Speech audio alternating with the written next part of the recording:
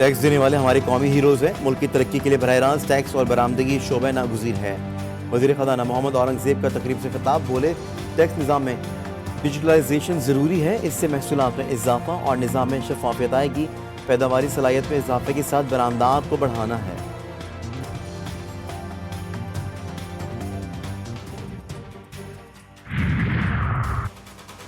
کراچی کے علاقے سمن آباد سے اغوا کیے گئے 2 سگے بھائی گھر پہنچ گئے. دونوں رکشے میں سوار ہو کر واپس آئے. طلبہ کا کہنا ہے کہ 4 افراد گاڑی میں بٹھا کر ہائی وے لے گئے. ملزمان ناگن چورنگی پر اتار کر فرار ہوئے.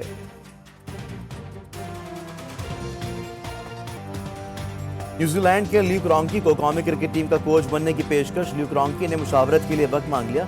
مثبت جواب ملنے کے بعد تنخواہ اور دیگر معاملات طے کرنے کا فیصلہ. لیو کرانکی نے گزشتہ برس پاکستان کرکٹ ٹیم کو کوچ بننے سے مدد کر لی تھی.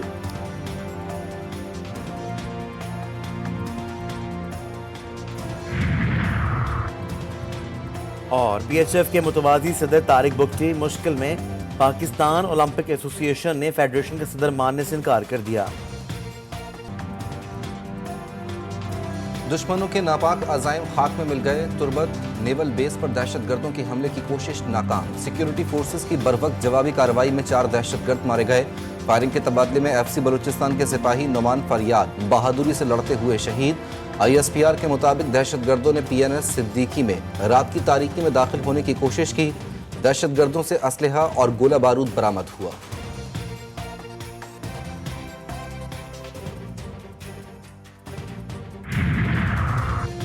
ملک سے دہشت گردی کے خاتمے کے عزم. سیکیورٹی فورسز کا ڈیرہ اسماعیل خان میں آپریشن. فائرنگ کے تبادلے میں 4 دہشت گرد جہنم واصل. اسلحہ اور گولہ بارود برآمد. آئی ایس پی آر کا کہنا ہے کہ ہلاک دہشت گرد سیکیورٹی فورسز پر حملوں اور معصوم شہریوں کے قتل میں ملوث تھے.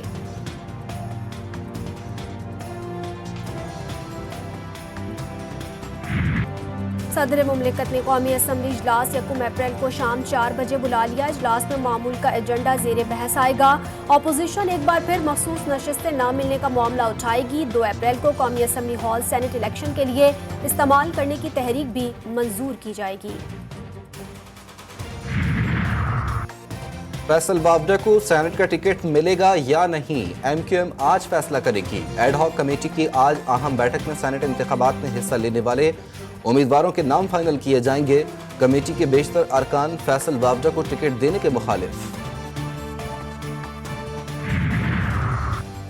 سینیٹر طلحہ محمود نے جے یو آئی کو خیر بات کہہ دیا. پیپلز پارٹی میں شمولیت کا اعلان. کہتے ہیں پاکستان کو معاشی چیلنجز کا سامنا ہے. قومی سطح پر پیپلز پارٹی سے بہتر کوئی پارٹی نظر نہیں آئی. نیئر بخاری بولے جن مسائل میں پاکستان گھرا ہوا ہے پیپلز پارٹی ہی نکال سکتی ہے.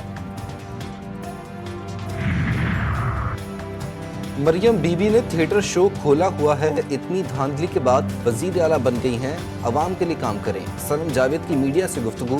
بولی آپ نے وزیر قانون کو یوٹیلیٹی اسٹور پر بھیج دیا. یہ صرف شو بازی چل رہی ہے.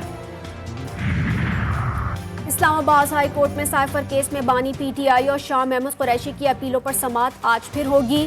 گزشتہ سماعت پر سماعت جسٹس میاں گل حسن اورنگزیب نے ریمارکس دیے کہ کسی کو پتہ نہیں کہ سائفر کا متن کیا ہے لیکن کہہ رہے ہیں کہ دشمن کو فائدہ ہو گیا.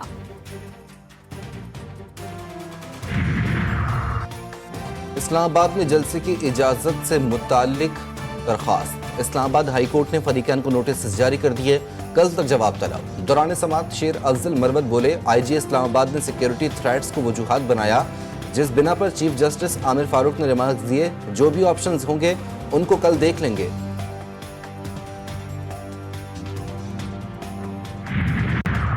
ایکس بندش کے خلاف کیس. پی ٹی اے وکیل نے لفافہ بند لیٹر اسلام آباد ہائی کورٹ میں پیش کر دیا. چیف جسٹس عامر فاروق نے لیٹر پڑھنے کے بعد ریمارکس دیے. اس میں تو کچھ بھی نہیں. درخواست گزار کے وکیل بولے یہ تو پہلے ہی سوشل میڈیا پر موجود ہے. عدالت میں وزارت داخلہ کے مجاز افسر کی 3 اپریل کو طلبی.